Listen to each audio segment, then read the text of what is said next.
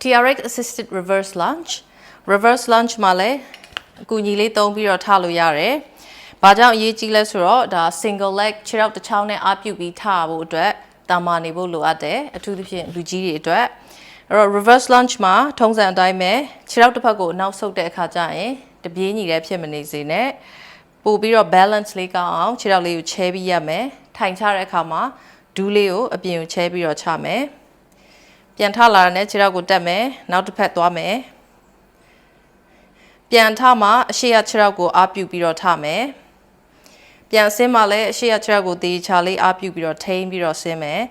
အနောက်ကခြေထောက်က balancing အတွက်ပဲထောက်ထားတာဖြစ်တယ်နော်တင်မလေးကိုထိချင်းခန္ဓာကိုယ်လေးကိုအရှိကိုယိုင်းပြီးတော့ခါးလေးကိုပို့ချိုးပြီးထမယ်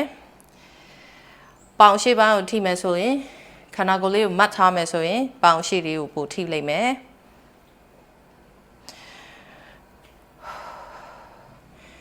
တေချာလေးအသက်ရှူပေးမယ်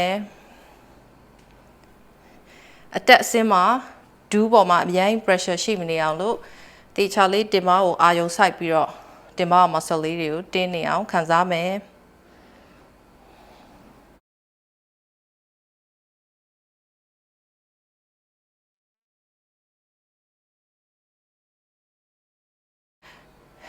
အတက်အဆင်းမှာ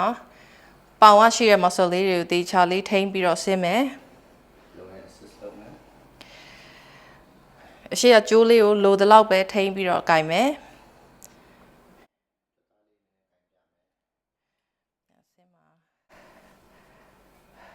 နော်